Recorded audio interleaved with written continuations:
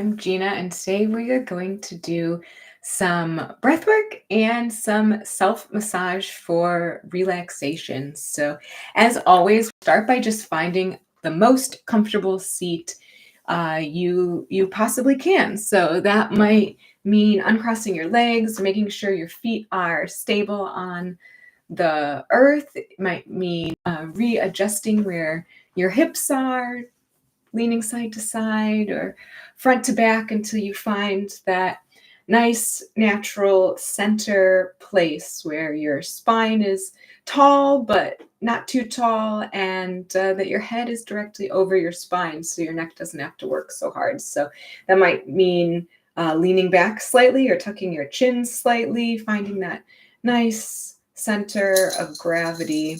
You can have your palms up in your lap for receiving energy if that's what you need today, or you can have your palms down on your lap for feelings of grounding and stability if that's what you need today.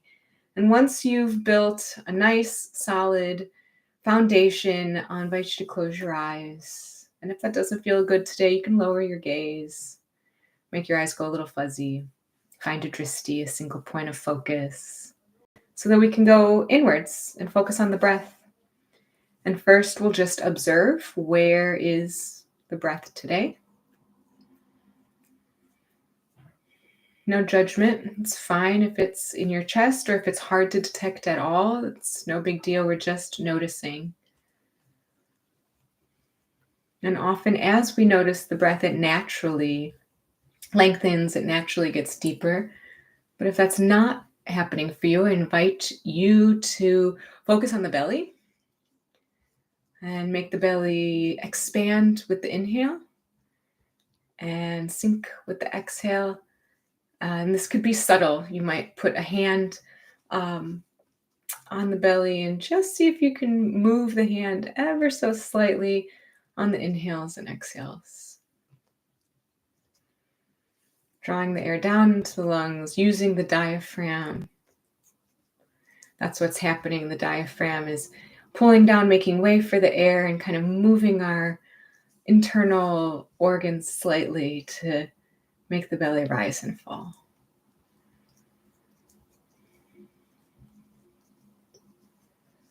And then if you'd like to, I'll invite you to set an intention for your practice today. This could be as simple as I'm going to follow the breath. I practice without self-judgment. I try everything. Or it could be calling in something you want more of in your life, more happiness, more joy, more self-compassion, more strengthened relationships, whatever it is. Just bring it to mind and then send it out into the universe. Let the universe conspire to help make it so. And then I'll invite you to take your biggest breath of the day in through the nose, filling the belly, filling the chest, feeling the intercostal muscles expand between the ribs, breathing into the back lungs, and then letting it go out the mouth.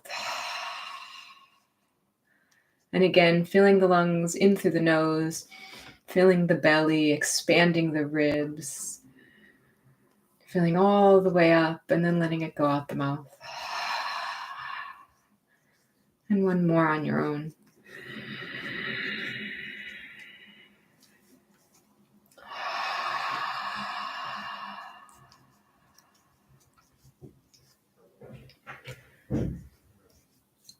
Let the breath return to normal.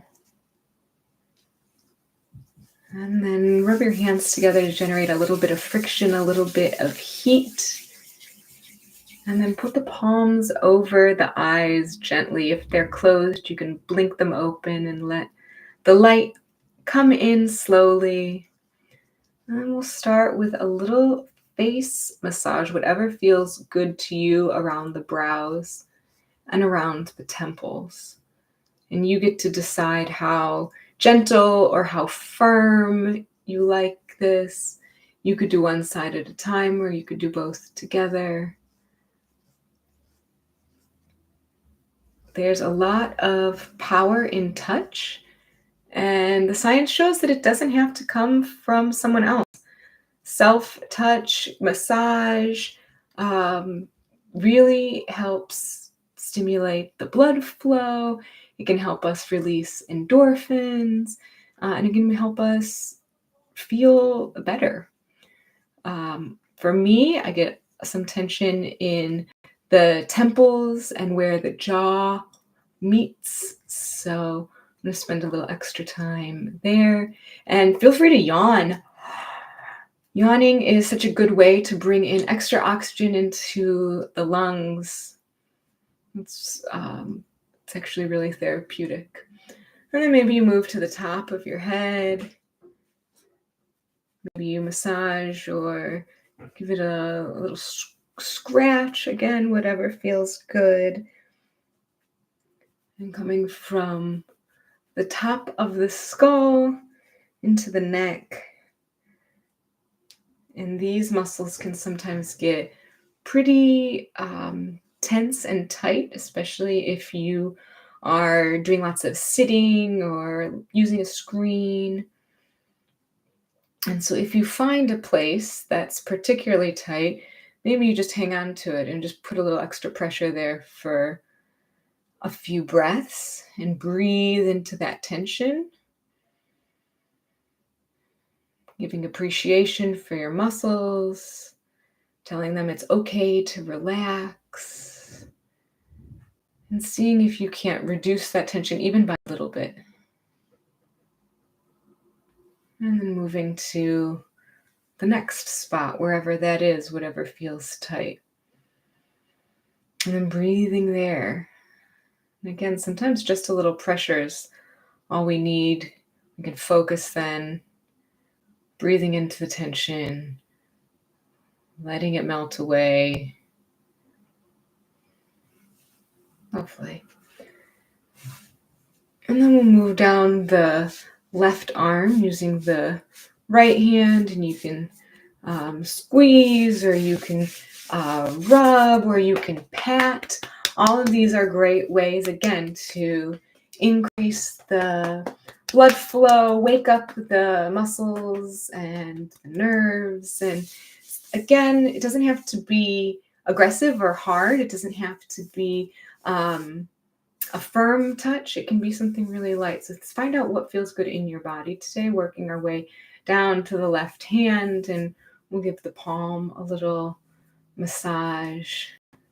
I like to do the heel of the thumb. That area for me gets a little bit tense and tight. And as long as you are not in pain, there's very little risk of harm. So as long as you're mindful and listening to your body and doing what feels good in your body, and at the first sign of pain, you back off and you reassess and you say, okay, what am I doing? What's not working? And then change it. It's really safe to give yourself a little TLC. And then working into each of the fingers, each of the joints, into the tips and the pads.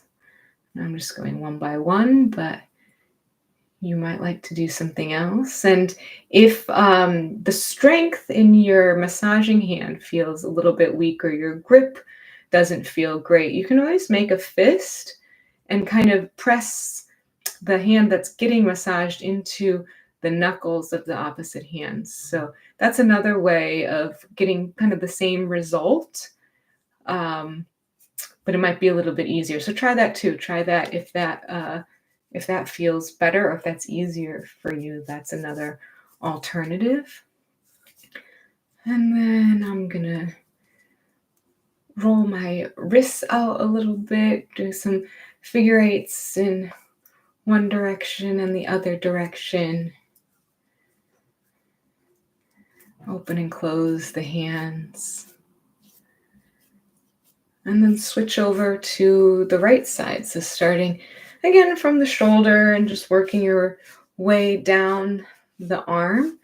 And this could be, a little massage, or it could be a pat to stimulate the blood flow and get things moving, or you might rub the energy down the length of the arm into the fingertips. There's no real right or wrong way. Experiment, see what feels good in your body, and do that. And then working our way down into the right hand, into the palm of the right hand, and the heel of the thumb. And this, I don't know what you'd call this area in between the thumb and the index finger is a good place to give a little massage, and then up each finger into the tip from the base all the way up into the pads of the fingers. And as always, you can do it the other way, where you're pressing the fingers into the knuckle of the other hand if the grip doesn't feel strong or it doesn't feel good to give yourself a massage. We'll find a way that makes sense in your body. You can also use things like a tennis ball or a racquetball or something to roll out the palms of the hands, or to squeeze and help strengthen the grip in the fingers. So those are some good tools as well. And then once you feel like, all right, you've given the right hand a pretty good massage, we can again open and close the fingers. It's a little dexterity in there. And then interlock your fingers the opposite grip. So the opposite thumb is on top. And we'll roll the wrists again in one direction. And then the other direction.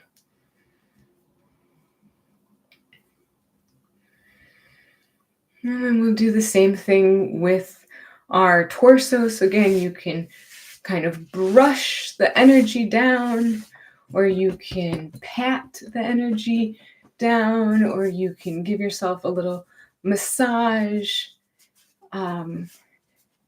in your kind of by the armpits or by the ribs or in the small of the back. If you can reach, I'm using my thumbs to kind of massage around where my kidneys are, which feels pretty good. And then coming down into the waist and into the hips.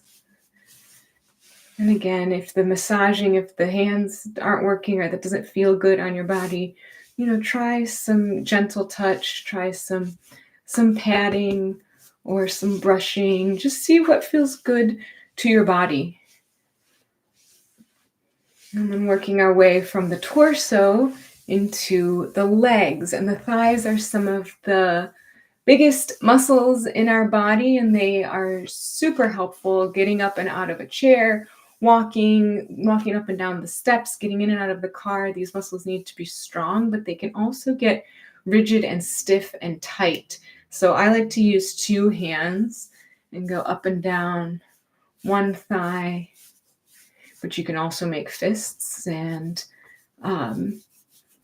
massage that way.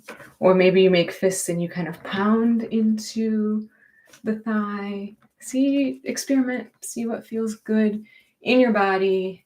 We're never looking for pain. Again, stretching is fine, and stretching sometimes is a little bit uncomfortable, but it's never sharp pain. If you're ever experiencing sharp pain, stop, reassess what you're doing, back off, take a break, or then try again.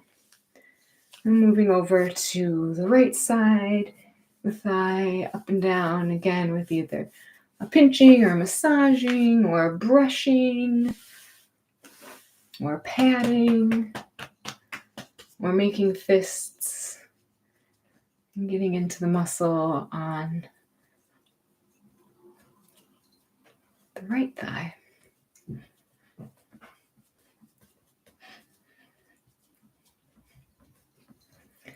And then we'll move into the lower legs. So I'm going to back up a bit and then bring my right ankle to cross over my left knee so that I can squeeze the calf on the right side. And I'm just using thumbs and fingers, working my way up and down the calf on the right, all the way down from the heel up to the knee. That muscle is so important, again, for walking and for lifting the foot, for preventing foot drop and being able to just move our body up and down steps, walking, adjusting for balance and for difference in gradient. So having a really tight calf can really inhibit our ability to walk well. So this is one for me that I try to stretch or massage almost every day. And then working our way down from the calf, we'll come into the right foot. And so I'm going to massage the middle of the foot with the left hand. But again, you can always make up that fist and use the knuckles instead.